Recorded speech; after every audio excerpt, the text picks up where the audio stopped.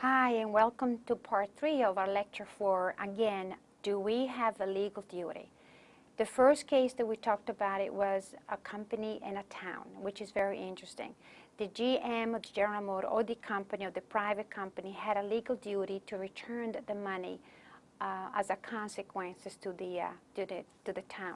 Well, ethically, yes, it would have been nice that they did that. Legally, they didn't have to. As a matter of fact, the appellate court says they can move to Texas because for the good of society, because maybe Texas has more need than Michigan for the nation. So usually the appellate court makes decision outcome oriented. What is the best for the society at large, and not necessarily for the community or as a consequences. Then the second case that we discussed, it was a relationship between a doctor and a patient. And in that situation, the court says if there is a contractual relationship, then you have a legal duty to care or to help or to rescue. But if there's no contractual relationship, there is no duty. Ethical duty, yes. Even if you have an oath, even if you took an oath to do something, does not mean it's enforceable. It's only a guideline.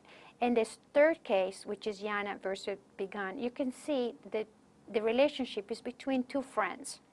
And this case was settled before court, before they went to trial. And one of the reasons that there were two friends, and of course in one of the friend property, Begun's property, and he was asked to help to jump. It's one of those things like, can you jump over this, pond, or can you jump over this trench, or can you jump, how far? And sometimes guys, I know having 4 sons, they've been doing that. Can you do this? Can you do that? How far can you jump? How high can you jump? So next thing you know, Yana did that, and of course he died. He got hurt and he died. And one of the things that happened then, the widow takes Begun to court because all at once she lost her husband. And she lost survival. I mean, as far as I know, I don't know if she had children or not, but she goes to court and she files a trial, and they didn't finish the trial. And next thing you know, she's saying to the judge, he was forced to do that. My husband would never would have done that. He knows better than that, but his friend forced him to do that. And of course, the judge says, no, there was no force here. I can see if somebody was mentally retarded or if somebody was a child, but they were both adult. Therefore, it was his decision to jump, and it did not work out. Therefore, he is not liable to do or compensate you for losing your husband. The question that I have in the arguments was, did Begun as a landowner, suppose he was a landowner, did he have then an obligation to warn Jan of any dangerous condition of his property? And according to the law, the landlord does have an obligation to notify the people. And there's been time where for Christmas, my mom would come over the house and she baked some cookies, and the front steps would have some ice. And I remember this specific day where I said to my mom, I says, be careful, Mom, because there's ice on the steps and I don't want you to fall down and get hurt.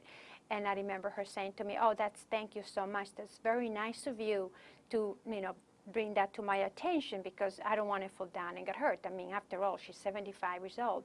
And I said to her, no, that's not the reason why I'm telling you that. I'm telling you that because I'm warning you about the dangerous condition. Therefore, you can assume me if you are getting hurt. So I don't know. My mom has told me she's not going to bring me cookies anymore. So Yana was he was a coal street mine operator.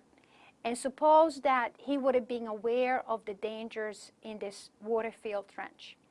A landowner owes a duty of care to those on his or her property. So if Yana was an employee or was a person that is coming to somebody's property, and even if he was warned of the dangers, the landlord still, or the landowner still, or the employer still owned a duty of care for the person if they got hurt.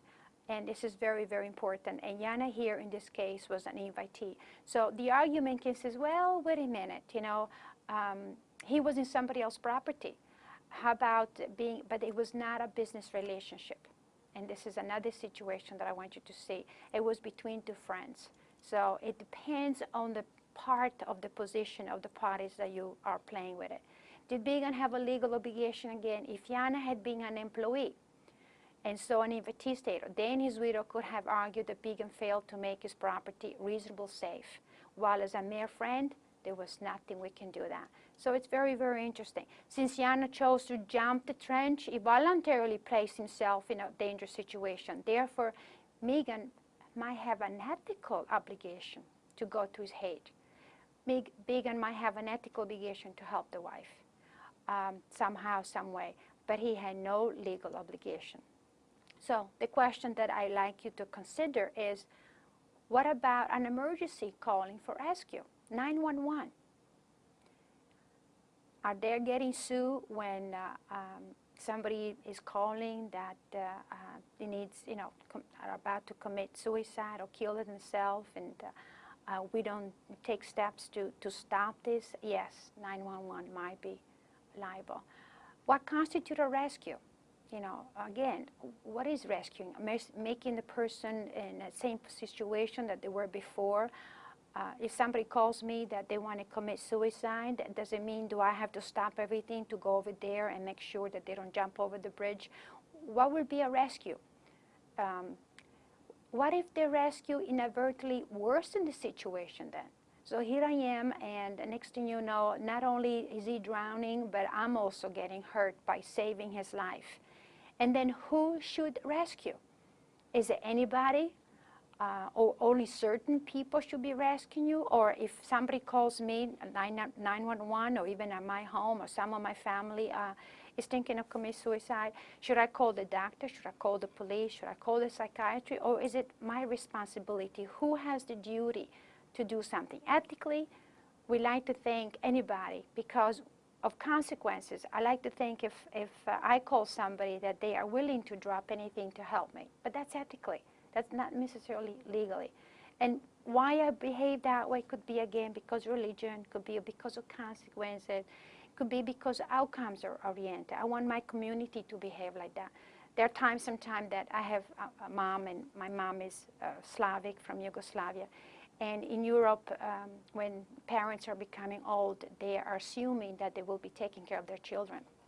In the United States, we don't have that assumption, because after I'm 18, you're an adult in this country. Therefore, you don't have to take care, you don't have a legal obligation to take care of your parents.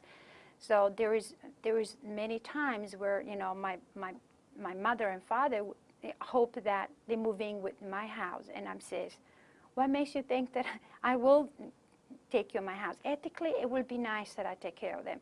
Legally, I don't have to. Even if they end up having not enough money to end up in a nursing home or live in a house, legally, I have no obligation to provide for them or help them pay with the bills. Ethically, yes. And again, what for? Because of the kind of society I like to think we are. Also because of the consequences. If my children see that I take care of my mom, maybe they will take care of me when I get old. But this is the reason why we're doing things ethically. And again, we're going to have more discussion about these answers that I just have the question on the slides. And thank you.